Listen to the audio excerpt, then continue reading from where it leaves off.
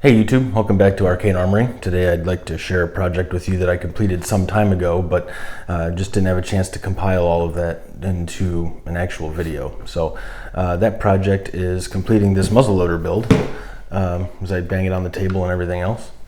But I built this muzzleloader as part of an assignment for my class time at Sonora Desert Institute.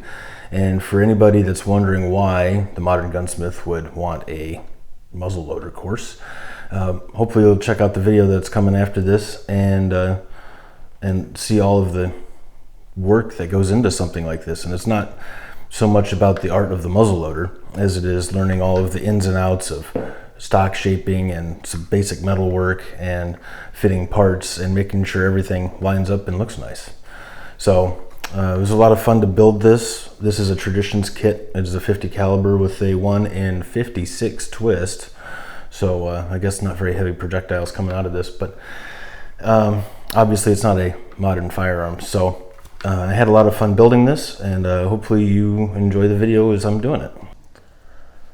So the first thing we have to do is to smooth out all the rough edges off of our cast parts. They all have raw casting edges on them, so they're not flat, they're not straight, they're not smooth. And so we have to take all of those rough edges down so that we can try to inlay these onto the stock. As you can see, this process can be a little bit tedious, but it's definitely required or nothing's going to fit on the stock right.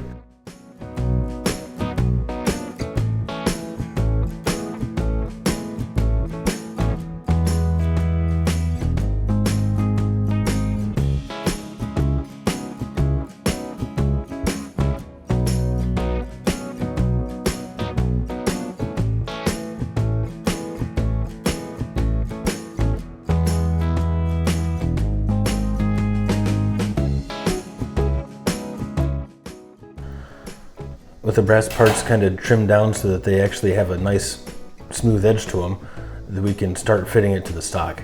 In this case, the stock is supposed to fit into the recess on that brass butt plate, so we have to cut wood away so that the brass butt plate can sit down over the top of the wood, otherwise we'll get stock splitting.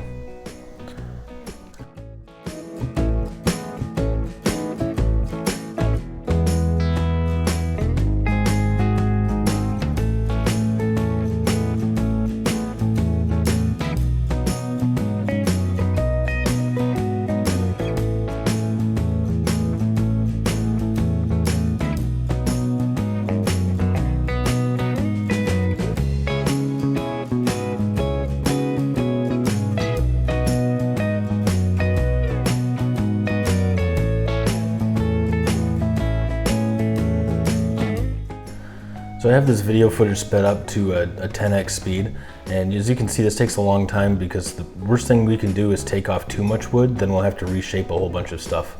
So what I've done here is I've put a coating of Prussian blue on the brass buttstock, and wherever it leaves a black mark on the wood is where it's a high spot, and we have to take that down. So we're just testing it, marking it, testing it, and then cutting off the high spots. And as you'll see, we start to get a little bit of a recess cut into the stock, so that'll go into the recess on the butt plate.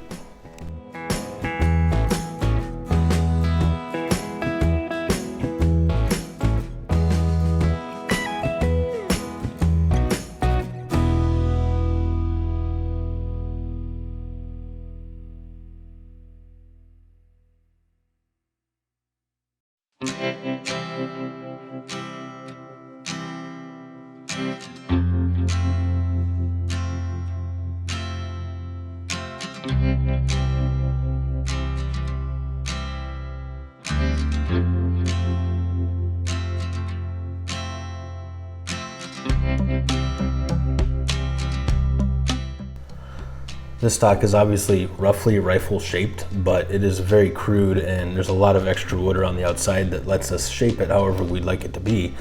But that does mean we have a lot of hand shaping to do, so we have to just take our time and get a shape that we like, and then make sure all the metal parts fit so that everything can be on the center line and lined up with the barrel. Otherwise we'll end up with stuff offset. You might be tempted to try this with a Dremel, but the risk you run is they end up removing way too much material with just one little errant move. So with the chisel, we get to work a little bit slower, but it helps us to guarantee that we're going to get the fit that we want.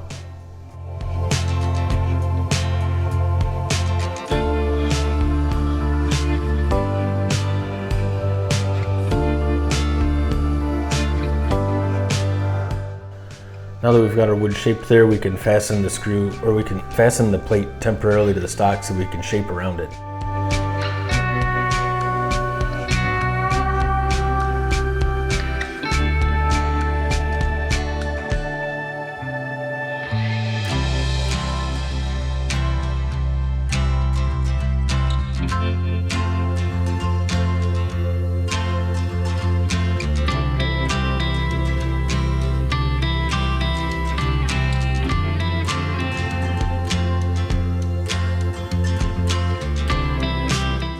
After the butt plate, we can move on to the toe plate, which is going to be roughly the same thing. The most important thing we're trying to do here is make sure that the metal parts are in line with each other, and then we're going to carve the stock to fit that shape. As you can see, the toe plate and butt plate don't even look like they're supposed to be put together. They're just raw stock, and they don't have any real shape to them.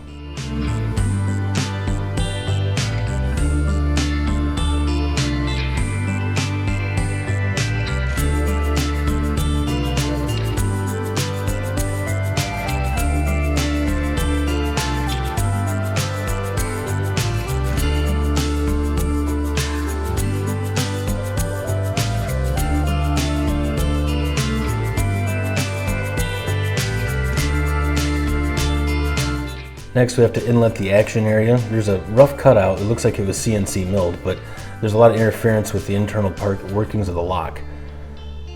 From there, we can start to rough fit our lower ramrod guide. And once again, we have to remove the sharp edges and the roughness from the sides of the brass casting so that it'll fit into the wood stock nicely.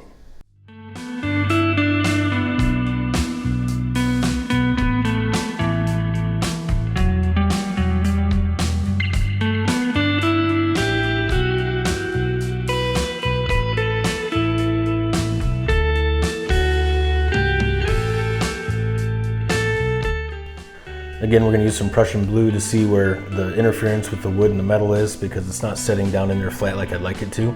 So we're going to have to remove a little bit of wood to get it to sit down flat and straight.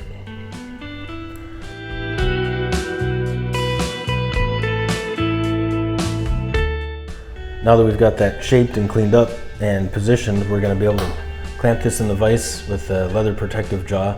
And now we can put the screws in it to put it in place semi-permanently so that we can shape around it.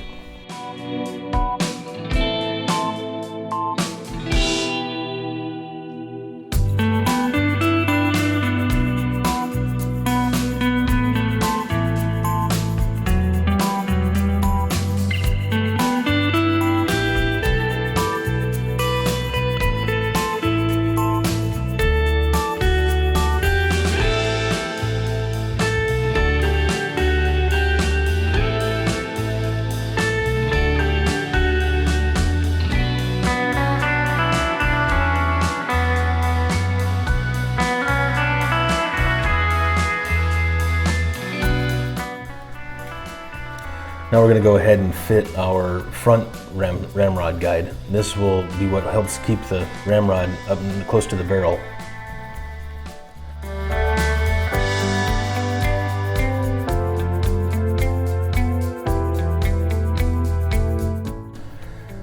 The barrel is held to the stock with things called quillions, and they fit essentially, or I'm sorry, they're called quillins, and they fit essentially like a dovetail sight would on your pistol. There's dovetails cut into the bottom of the barrel, and we have to size these, sand them down, and drive them into those grooves. We have to do a little bit of prep work on those grooves because they're very roughly cut with burrs and sharp edges. So we take a triangular needle file, we're going to smooth those out, sand down these quillins, and then we'll drive them in just like we would a pistol sight. Once the quillins are installed, we can place the barrel onto the stock, and we're going to have to cross drill through the quillins, and they'll hold the barrel in place using a cross pin.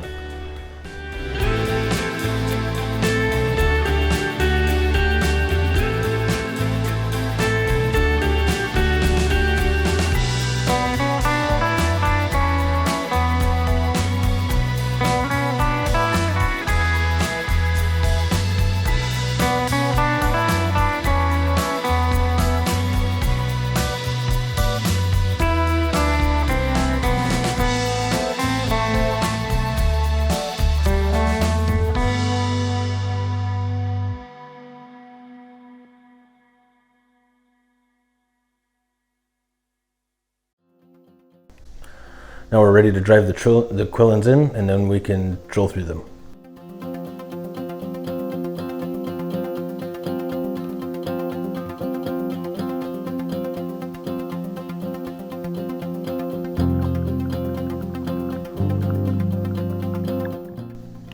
The forward one here was a little bit tighter than I wanted, so I had to take it out and sand the bottom of it down several times to get it to slide into the slot without marring up the rest of the barrel.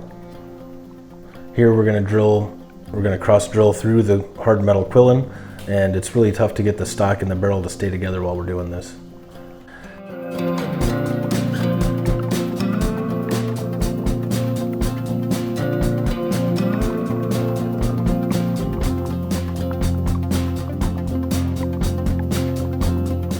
Here is where I realized I screwed up. I have missed and cut a big hole in our quillin on both attempts. I didn't line up the drill spot very well, and then the drill bit deflected just enough. And here you can see I've re-drilled it with a smaller drill bit and relocated it, but I ended up with extra holes in my stock that I later had to fill with epoxy. Now we can begin to fit and attach the nose piece.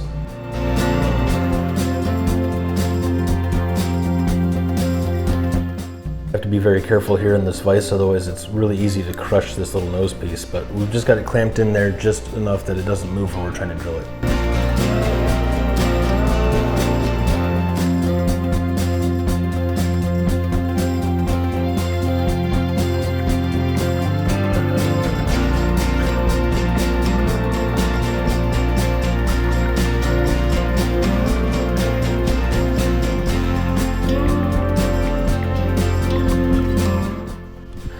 Now we can begin our stock shaping endeavors. There's a lot of wood to remove here, and I start off with a file for fear that using a rasp is going to scratch it too deeply to recover, but it's pretty obvious that there's way too much wood here, so I end up going to a rasp anyway. And there's a lot of this that isn't recorded as I sat out under the tree and had myself an adult beverage while carving this stock down.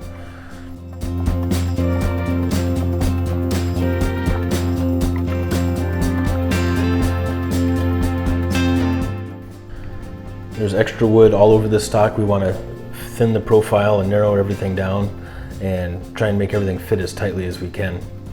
Here we've got most of the stock shaped, and as you can see, most of the metal parts fit pretty nicely. I had to file the brass pieces down as well to match the profile of the stock. And we tried to join them at the end here so that they actually look like they belong together, where before they were just two right angles.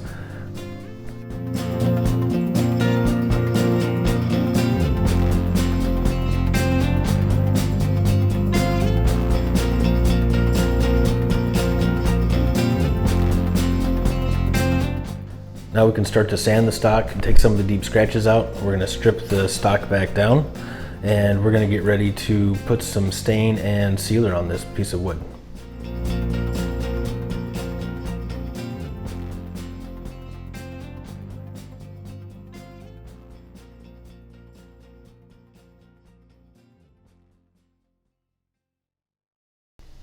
We start by wiping everything off with denatured alcohol to get all the sanding dust off.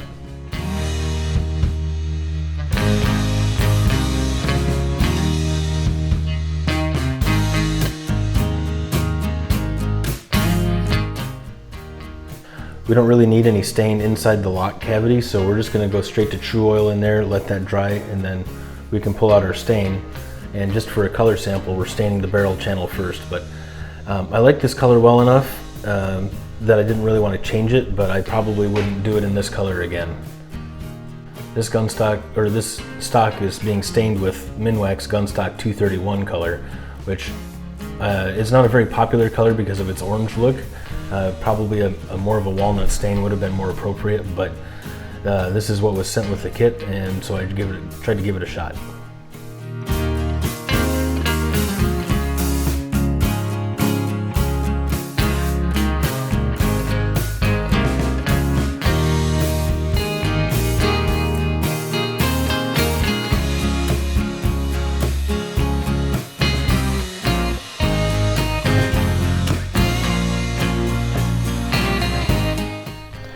We're going to apply a second coat here and try and get the color to darken just a little bit. It doesn't respond very much, but we're going to go ahead and give it a shot anyway.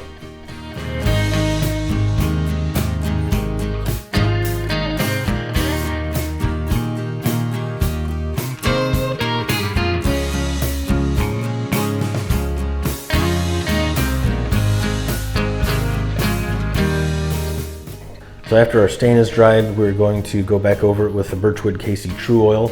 And this is kind of similar to a boiled linseed oil, but it dries a little bit faster and it's a little bit harder. While the True Oil is drying, we're going to go back through our brass parts. We're going to take all the sanding scuffs out of them with some really fine grit sandpaper, and then we're going to polish them just a little bit. They've all been shaped and smooth, but we want to brighten the finish up and take the raw casting color off of it.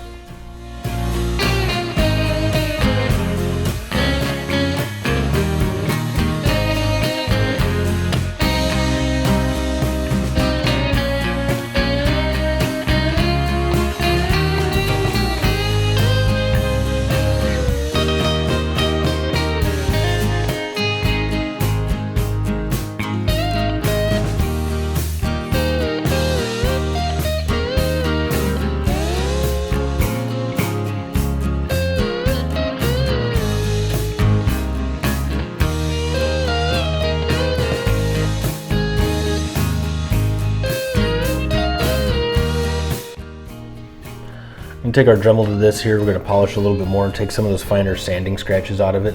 We're just trying to knock the edges off of the scratches. We're not going for a mirror finish, but more of a kind of a brushed look.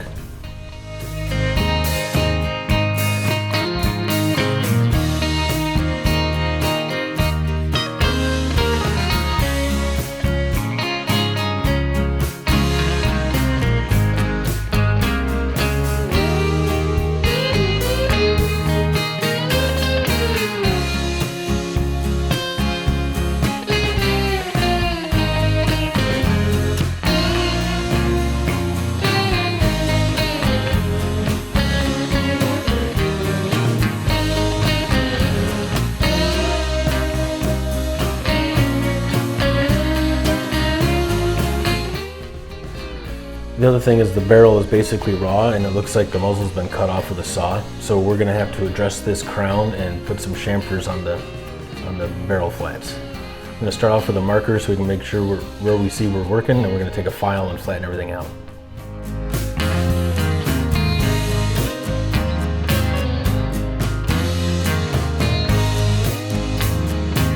With it sped up, it doesn't look like much, but this process took over an hour, I believe, just to get everything flattened out.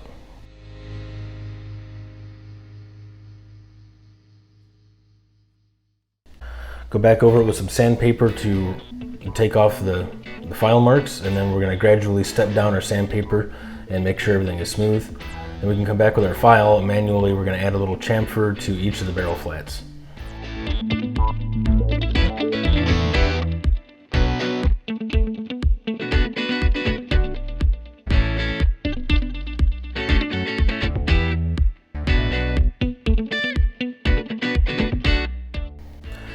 This is a polishing compound to help smooth out the actual crown of the bore, but with the octagonal shape and the rifling, it didn't really want to spin very well.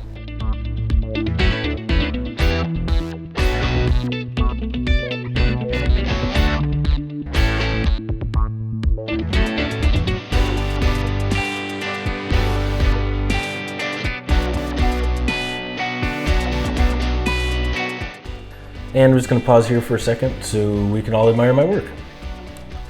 Now we're going to scuff the barrel up. It has a light coating of surface rust. We don't want to sand anything because we don't want to take the corners off of our barrel flats. But this is the first step in preparing to do our browning job. It's very similar to bluing, but it uses a different chemical compound and turns the barrel more of a brown color than a blue.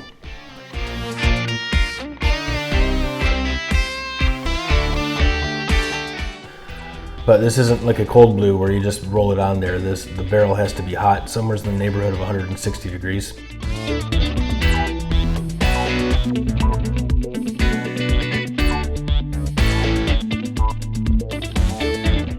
At first I tried a heat gun, but it was very slow with this large piece of metal, so I switched to a small torch to speed everything up.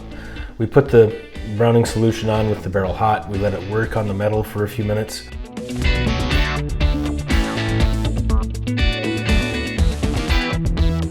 So we wipe on our browning solution in long, smooth strokes, trying to keep splotching from occurring. After we get the browning solution all over the entire barrel, we let it work for a few minutes on the metal, and then we can come back after that with a patch of 4/0 steel wool and perform what is called carding, which is kind of just sanding it with the steel wool. That takes a layer of surface rust off the entire barrel and smooths and evens everything out.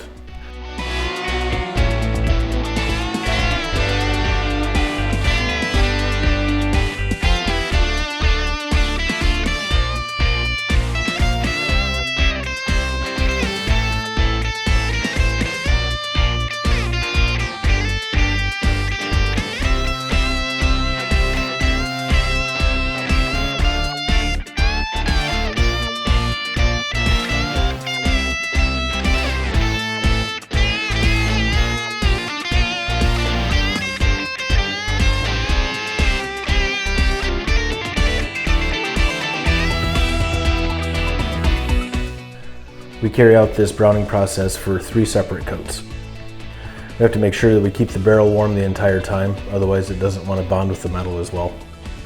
We'll card it off one more time, it'll be nice and smooth, and then we can get ready to neutralize.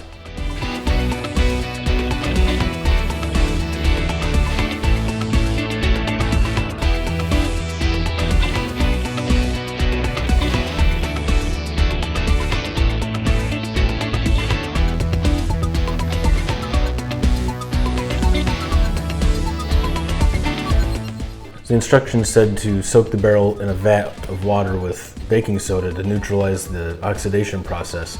I didn't actually have a container big enough to soak the entire barrel, so the best thing I could think to come up with was soaking paper towels in wet rags with the baking soda mixture and hoping that that was going to suffice. I come back, inspect my work, and realize that no, it does not suffice. Everything was all splotchy, it had not adhered, and as soon as I went to card it with my steel wool, it pulled all of the browning right off of the barrel. At this point, there's nothing left for it but to start over.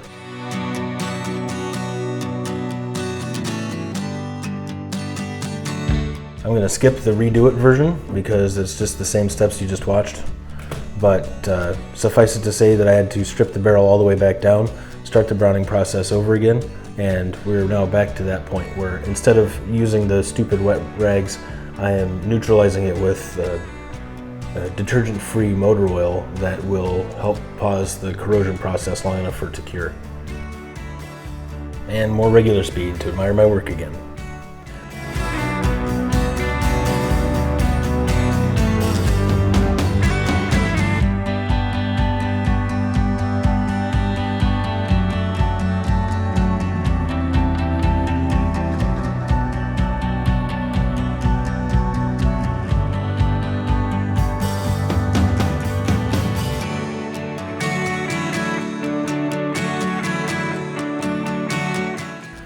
Only a few small steps left. Now we can drive in our sights.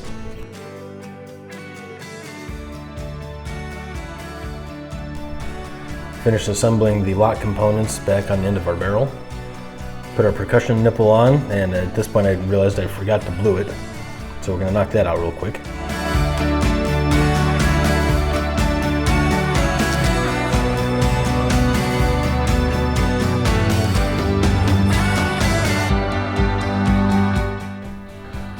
Now we're at the final stages of our reassembly. I've already put the rest of the gun back together, but now we can put our barrel back in, final test fit everything, and see how she looks.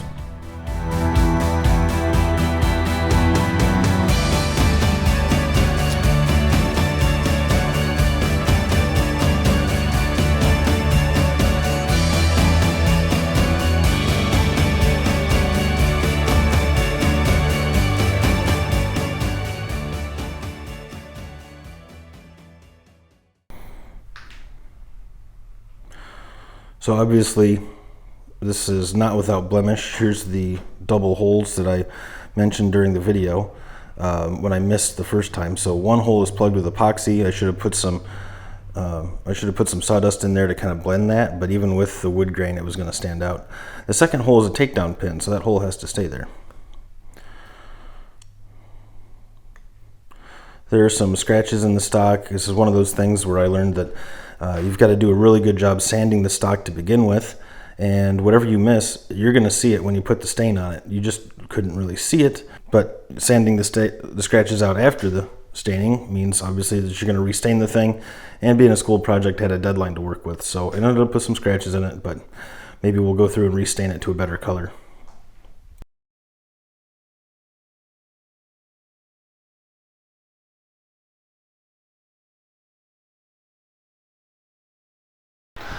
All right, thanks for watching that, everybody. Hopefully you found that helpful. If you decide you want to build a Traditions muzzleloader kit, it was quite a bit of fun. Took a long time, it was a little bit tedious, but I enjoyed the process quite a bit.